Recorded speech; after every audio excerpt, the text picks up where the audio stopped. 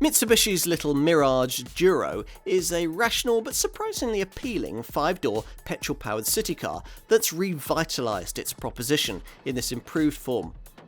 Passenger space, safety and efficiency are all strong selling points, but the high equipment levels are probably what you'll remember most about it. It's not the most dynamic choice you could make in this segment, but in all other aspects, we think it's well worth a look.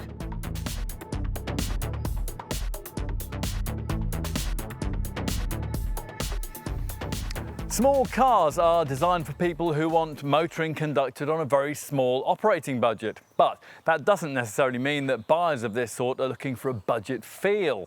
Now, some want their sense and sensibility with a bit of style, and maybe a little of the luxury that they've been used to when owning larger cars in the past. And it's at these people that Mitsubishi is targeting this car, the Mirage Juro. You haven't heard of it? Well, then you're not alone, which is disappointing for Mitsubishi, since when it turns its hand to compact little cars, this Japanese brand tends to do them rather well. Not that this happens very often. Prior to this Mirage model's original arrival here in the spring of 2013, you have to look as far back as 2004 to find the last time this manufacturer brought an all-new design into the small car sector. And that underrated Colt model was more of a Fiesta-sized super mini.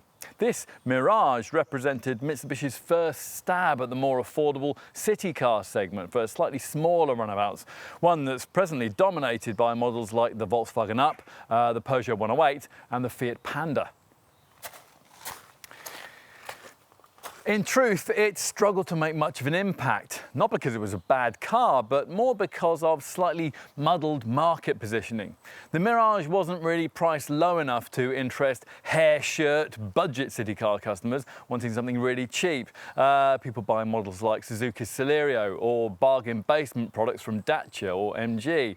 Nor did it feel plush and sophisticated enough to interest folk prepared to pay premium prices for upper spec versions of cars in this segment. A bit of a rethink was needed. A bit of a rethink took place, and this is the result, the Mirage Juro. Here again is the Mirage, but in a guise you'd feel happier paying much more for. Launched in the summer of 2016, this Juro version is considerably smarter to look at and has a far classier feel in the cabin. Best of all, for a reasonable price, it comes equipped with the kind of features you simply wouldn't expect for a car of this kind. Things like heated seats, power folding mirrors, cruise control, bi-xenon headlights, a DAB radio and much more. It is, in short, a much stronger buying proposition that's far better able to showcase attributes that the original version of this model always had, but that previously no one really took much notice of. Things like the frugal 1.2-litre three-cylinder engine, the strong standards of safety, and perhaps best of all, the class-leadingly light body weight that drives down the running costs. Time to check this car out.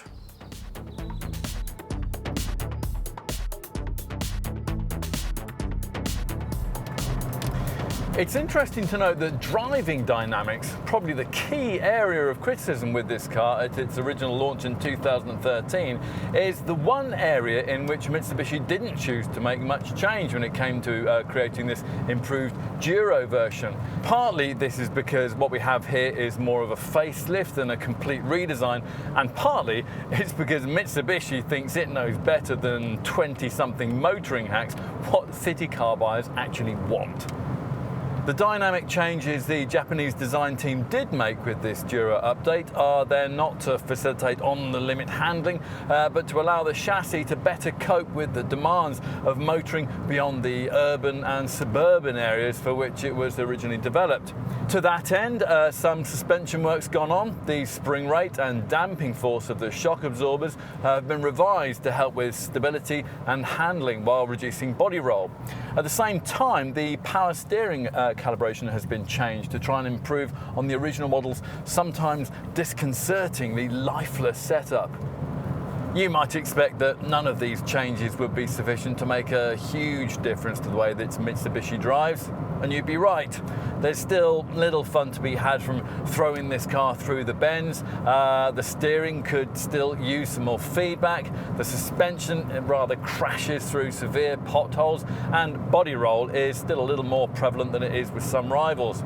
It's also true to say, though, that you won't notice many of these drawbacks in most of the normal day-to-day suburban motoring for which, as we said, this Mirage was originally designed. And yes, if you do have to venture further afield, then the minor suspension tweaks I just described do make a marginal difference in making the car feel a little less out of its depth. The ride, for example, improving as your speed rises. The cityscape, though, remains this Mirage's comfort zone. For typical city car buyers, the fact that the driver's seat offers such a wide field of vision and that you can place this vehicle during parking manoeuvres more easily than almost any other small runabout we can think of will be more than adequate compensation for the fact that it really isn't designed to be driven on its door handles. Such people will also value the fact that the slow, vague power steering that robs you of feedback at speed also facilitates the tightest turning circle in the class, just 9.2 meters or 3.48 turns lock to lock. The brakes are good too, but then there isn't a great deal of weight to stop. That light weight is a key contributor to this car's low running costs. Figures, indeed, that would probably have been class leading had Mitsubishi's engineers been able to coax a little more efficiency from the 1.2 litre three-cylinder petrol engine. It's the only underbonnet option for Mirage customers now that the original model's 1 litre 69 bhp unit has been dropped from the range, and it's a willing enough thing, although it certainly could be a little more refined.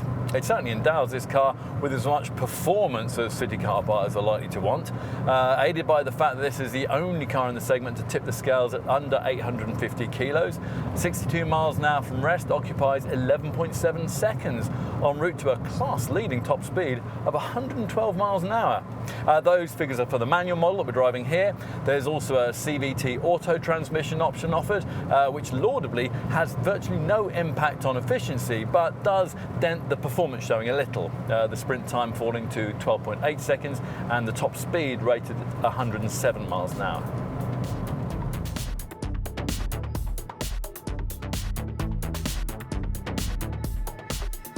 Even if you didn't know that the Mitsubishi design team had set out to style the most aerodynamic small car you can buy, then you might guess the fact from a look at this Mirage Juro. Everything about the shape, the front grille with its minimal opening, the wind-cheating front bumper, the deeply sculpted sides, all of it's there to optimize a slippery airflow. And although the result certainly isn't the most distinctive look in the city car sector, it's one that effectively achieves its objectives with a 0.27 CD drag coefficient that embarrasses boxier rivals. Even the rear spoiler is there not because the brand wants the car to look sporty, but to play its part in propelling the car through the air as efficiently as possible. And the sharp edges you find at the rear of the cabin area and on this restyled rear bumper aim to do the same thing. Another change back here over the original version of this model is the adoption of these smarter, elongated C-shaped LED combination lamps. The main visual improvements, though, have taken place here at the front, where the bonnet now has an evocative power bulge. Below it, the chrome-trimmed upper grille is wider and fitted with a smart mesh background. The headlights are restyled by Xenon HID units, and the bumpers now have a much wider lower grille, embellished with full-width so-called twin-prong chrome trim that surrounds these standard front fog lamps. In profile, the car remains exactly as it was in its original form.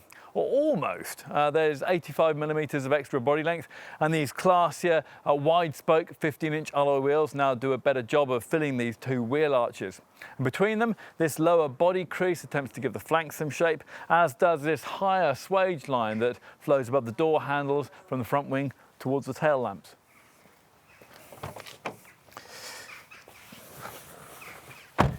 Time to take a seat inside. Now, in the original 2013 era Mirage model, this was, to be frank, the area of the car that made it feel cheap, even in top spec models. It doesn't feel like that anymore. Someone at Mitsubishi has realised that even city car buyers want the areas of the car they most commonly look at and interact with to feel a little less cheap and functional, which is why a classy piano black finish has been applied to the redesigned steering wheel and the door trims, as well as being liberally applied across the centre stack. The seat trimming helps here too. I mean, no, the black leather used certainly isn't of the supple Napa variety, but hide of any kind in a city car is a rare thing to find. And here it's combined with a smart grey Alcantara-like material that Mitsubishi calls Alston. Switch your attention to the centre of the fascia. Now, Mitsubishi hasn't got around to including the kind of colour infotainment touchscreen that you'll find on some city car rivals, but this Juro does include as much media connectivity as most buyers in this segment are likely to need. So there's Bluetooth connectivity with music streaming, a USB slot and an aux-in point to plug in your iPod. The 4-speaker MP3 CD audio system includes a DAB radio too, something still missing from many of this Mitsubishi's rivals. Other rare features to find in this sector at an affordable price include heated seats and climate control for the air conditioning. The driving position is quite good, although the seats could be a little more supportive over longer distances. And it's a pity that the steering column still doesn't adjust for reach as well as rake. What we do like, though, is the way that the front-end design allows the driver to see right to the end of the bonnet, so making it easier to park. The low belt line improves sideward vision too. And through the leather-trimmed multifunction steering wheel, a 3-dial arrangement sees the main speedometer flanked by a rev counter to the left and a rather pointless eco meter to the right. Lower down in the Speedo is an LCD trip computer that unfortunately you have to operate by using a plastic knob in the instrument binnacle rather than via the steering wheel. This now tells you the outside temperature as well as detailing things like driving range, average fuel consumption and servicing information. On to cabin practicalities. The door pockets are of a reasonable size, as is the glove box, which has a narrow storage tray just above. You get a cup holder behind the handbrake and another 2 in front of the gear stick, along with a storage cubby that's presumably primarily designed for a smartphone. A centre armrest with incorporated storage box was also included in the cabin design, but rather meanly, Mitsubishi has consigned this feature to the options list. On the plus side, build quality from the tyre factory really seems pretty good.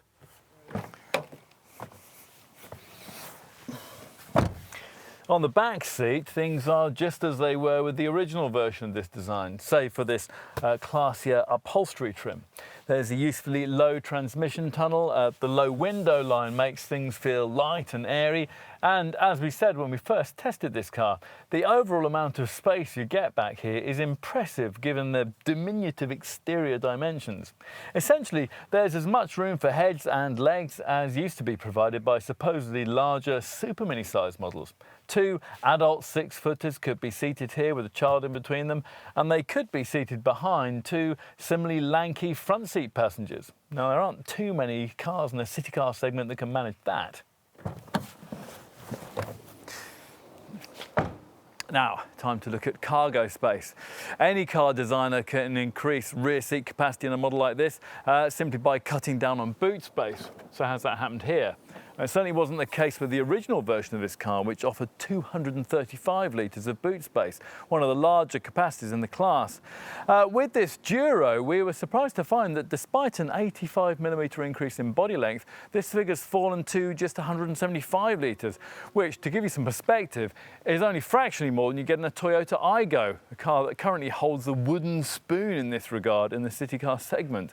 The Mitsubishi says that we shouldn't worry, pointing out that most of the reduction is accounted for by the incorporation of this neat compartmentalised underfloor storage area. There's yet another useful feature that separates this Mirage from its rivals. Below that lies the space where the toolkit sits, though only because Mitsubishi declines to fit a space-saver spare wheel as standard, only one of those irritating tyre mobility kits. Fitting in larger items is slightly impeded by the high loading lip and the restricted hatch opening. But once you've got your stuff in and pushed forward the 60/40 split folding rear bench, there's 600 litres of capacity if you load up to the window line and 910 litres of space if you're able to load up to the roof level. Now, not many cars in this class can better that.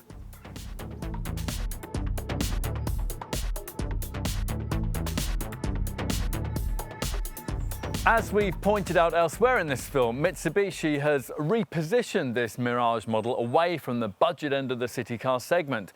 Gone then is the basic entry-level trim option, the feebler 69 bhp 1-litre engine and the sub £10,000 pricing options that were offered by this car in its original form. Instead, the range has been reorientated around a single plush Juro trim level, mated with the perkier 79 bhp 1.2-litre petrol engine that most Mirage buyers have always preferred. As before, a single 5-door body style is being offered and you'll pay around £11,500 for the manual version we've been trying here, or you can go for a version fitted with a CVT automatic gearbox if you're prepared to pay £1,000 more. The value proposition that represents is something you have to consider with two things in mind. First, that this Mitsubishi's lightweight and quite sprightly engine means you have to pitch it against pokier, higher output rivals in this segment. And second, that its extremely high levels of equipment mean that to make any kind of credible competitor price comparisons, you have to consider 5-door models from alternative brands in their very highest levels of spec. Now, once you do that, this Mirage Juro looks very competitive. Something like a Vauxhall Viva might save you a couple of thousand, but its feebler engine has higher running costs, and in a Viva, you couldn't even approach the level of luxury Mitsubishi offers here, even if you raided the options list. And the same applies to Ford's KA Plus, which in comparable 85 PS guides is priced within £1,000 of this Mitsubishi, and it can't be ordered with an auto gearbox. Another problem with that Ford is that its old tech 1.2-litre engine delivers much higher running costs, a problem that also afflicts other city cars that you might consider, like Hyundai's i10 and Nissan's Micra, both models that, nonetheless, could conceivably cost you more if you equip them to this Mitsubishi's level. Want to look elsewhere? Well, comparably powerful versions of city cars like Citroën C1, Seat Citigo and Seat Me all look a little cheaper at first glance, but we think many potential buyers would be happier finding the small amount extra that's needed for the much higher specification levels of this Mirage. Sparsely equipped entry-level versions of directly comparable models in the segment like Fiat's Panda Twin Air and Renault's Twingo TCE cost about the same as this Mitsubishi, while equivalently powerful versions of the Volkswagen Up, the Peugeot 108 and the Kia Picanto will actually cost you a little bit more, despite their equipment deficit in comparison to this Mirage Juro. If, having considered all of this, you conclude that this little Mitsubishi is what you want, then you'll want a few specifics on the generous kit levels being promised. So let's turn to that now. And start with the highlight features we mentioned at the very beginning of this film. Things like heated seats trimmed in black leather, power folding mirrors, cruise control, bi-xenon headlights and a DAB radio. Now, I bet you didn't think that an affordably priced city car could be delivered to your driveway with all that as standard. That is in addition, of course, to all the basics, or at least what Mitsubishi calls the basics. Now, these are things that many other brands in this segment would either restrict to pricey flagship variants or consign to the options list. Thinking here of things like a keyless entry system, Bluetooth phone compatibility, rear privacy glass, auto air conditioning, rear parking sensors, 15-inch alloy wheels, LED rear lamp clusters, auto headlamps and wipers, front fog lamps and leather for the steering wheel and the gear knob. Plus, of course, you get more expected features like all-round electric windows, powered mirrors, a height adjustable driver's seat, a USB socket, daytime running lights and a 60/40 split folding rear seat. Now, with that little lot included, you might think that the options list would be sparsely populated, but actually there's quite a lot on offer if you really do feel the need to spend more. The two pricey Kenwood DAB navigation systems might be a little beyond your budget, but you might want to add some more affordable, practical or aesthetic touches. We'd certainly want the space saver spare wheel and maybe also the centre armrest with incorporated storage box that fits within the centre console. Plus there's a useful protection pack that gives you things like mud flaps, door mats, door sill protectors and a boot mat. And you can get a roof-mounted luggage carrier with optional attachments for things like snowboards, bikes and even kayaks and surfboards. You can garnish the interior with door entry guards, rear sun blinds and extra illumination for the floor and the centre console. And you can smarten up the bodywork with a wind deflector set, extra trimming for the rear bumper and chrome for the door mirrors, the tailgate and the exhaust pipe. On to safety. Now, there's no point in adding in sophisticated safety features to a car that isn't fundamentally created from the outset with crash protection in mind. Fortunately, this Mirage Juro has been, thanks to its use of Mitsubishi's RISE, or Reinforced Impact Safety Evolution safety body design. This involves the use of an extremely strong monocoque structure made from ultra-high tensile steel to ensure maximum crash protection from all angles, while directing impact forces away from the occupants and the car's extremities. Mitsubishi hasn't built on this by trying to include advanced electronic systems like autonomous braking, but those are rare anyway in this budget-conscious segment. What this Mirage does have is just about everything else you could expect in terms of safety from a city car of this kind. Things like twin front, side and curtain airbags, plus the usual electronic assistance for braking, traction and stability. A brake assist system helps with emergency stops. There's a hill start assist system to stop you from drifting backwards on uphill junctions. Plus you get ISOFIX child seat mountings and a tyre pressure monitoring system too.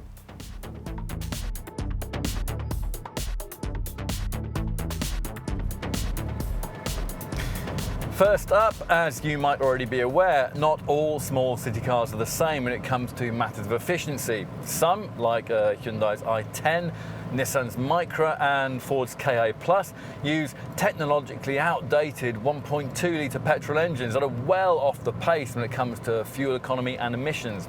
Others, like Volkswagen's Up, make you pay more for extra cost eco packs that deliver in the headline running cost figures that the glossy ads promise. This Mitsubishi certainly doesn't saddle you with any of that, and its quoted fuel and CO2 returns 65.7 miles per gallon and 99 grams per kilometre for the manual model I'm trying here, amongst the very best in the class, well ahead of rivals like Vauxhall's Viva and the 1.25-litre version of Kia's Picanto. That is only a fraction behind a comparably powerful efficiency class leader like the 75 PS green tech version of Skoda's Citigo. But actually, we'd originally wondered whether this Mitsubishi might not come out fractionally ahead of rivals like that in the running cost stakes. This Juro is, after all, the lightest car in its class, tipping the scales at just 845 kilos in manual form, thanks primarily to slippery aerodynamics and a streamlined suspension configuration. Now, to give you some perspective here, we're talking of a weight that's 84 kilos lighter than the Citigo and its design clones, the Volkswagen Up and the Seat Me. That's a difference comparable to the kind of weight saving that you'd make if you asked an adult companion or a couple of your kids to get out and walk. Even heavier in comparison to this Mirage are popular city car contenders like Vauxhall's Viva, Ford's KA Plus, Hyundai's i10 and Fiat's Panda. It's all quite impressive, as is the fact that there's virtually no running cost downside to choosing the CVT Auto version of this Mitsubishi, a variant that delivers the same combined cycle fuel figure as its manual counterpart and a CO2 reading that at 100 grams per kilometre is only fractionally dirtier. Being able to provide a virtually like-for-like efficiency showing whichever type of transmission is chosen is a unique attribute in this segment. Now, with something like a Volkswagen Up, the penalty for choosing an auto is around 5 miles per gallon and 7 grams per kilometre. And go for something fundamentally less efficient in this segment though, a Hyundai i10 or a Nissan Micra for example, and you'll find that the automatic version could easily cost you 20 to 30% more to run than the CVT version of this Mitsubishi. And that is quite a shocking level of difference. Of course, this Juro isn't impressively economic just because of its lightweight and slippery 0.27 CD drag factor. A whole package of so-called intelligent motion features have been used to drive down the running costs, including low rolling resistance tyres, a high efficiency alternator, an intelligent battery sensor, and regenerative braking that claims back energy that would otherwise be lost when you brake. As is the modern trend, there's also an auto stop and go system that cuts the engine when you don't need it and you're stuck in traffic or waiting at the lights, for example. As we've been saying, that all adds up to quite a lot, enough to qualify owners for exemption from annual road tax and the London congestion charge, and give a user a potential operating range of up to 500 miles from the 35-litre fuel tank. To try and help buyers get somewhere close to the stated returns on an ordinary day-to-day basis, Mitsubishi has included a 3-bar Eco Drive Assist display in the instrument cluster to give a visual indication of how economically the vehicle is being driven based on current fuel consumption and engine speed. It's one of the first things you notice about this car after setting off in it.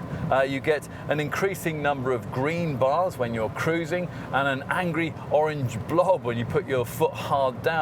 Now, like most such devices, all this one really does is tell you whether your foot's on the throttle or not, but it does at least keep the whole eco-driving thing at the front of your mind. You can monitor the success of your efficiency efforts via range and average fuel consumption readouts on the dashboard trip computer.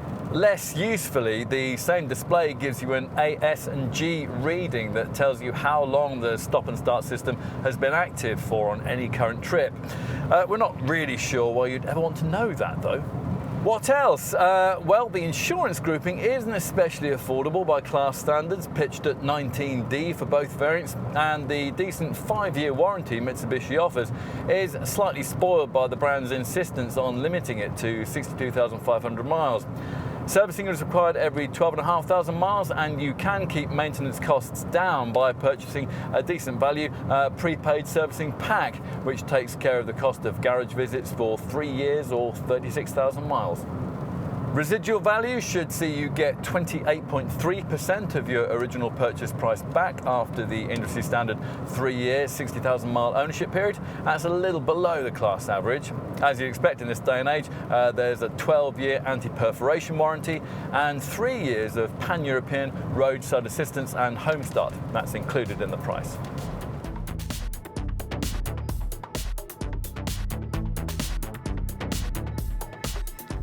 This, says Mitsubishi, is truly a car of its time. Efficient, comfortable, capable, and exceedingly well appointed. In return for a reasonable price, you get a no-nonsense runabout that puts safety, reliability, economy, and low emissions high on its CV and packs enough room to carry friends and family in the smallest possible roadway footprint.